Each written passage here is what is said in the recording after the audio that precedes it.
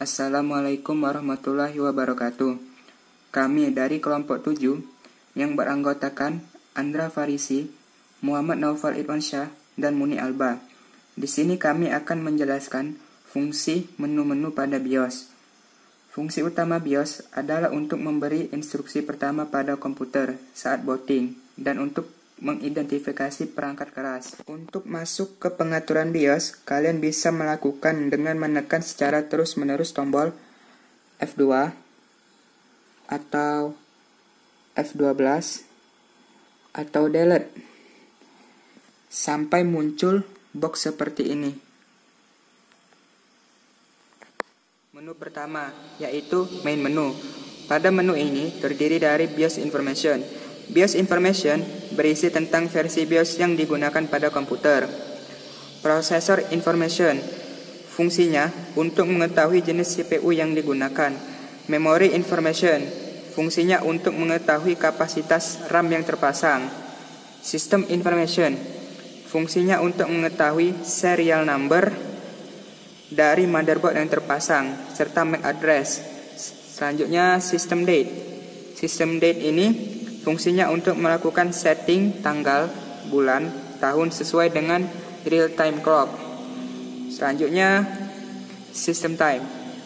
System Time ini berfungsi untuk melakukan setting waktu atau jam menggunakan standar waktu 24 jam. Selanjutnya, Menu Advance. Menu Advance fungsinya untuk mengatur peralatan dengan jalur PCL dan perangkat yang dikenalkan secara default oleh komputer. Menu ini terdiri dari Start Easy Flash, Internal Pointing Device, Wake on Lead Open, Intel Virtualization Technology, Intel ISNE, VTID, Graphic Configuration, Smart Setting, SATA Configuration, Network Start Configuration, dan USB Configuration.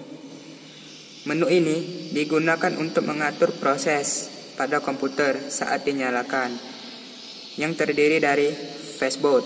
Fastboot ini berfungsi untuk melakukan booting agar lebih cepat.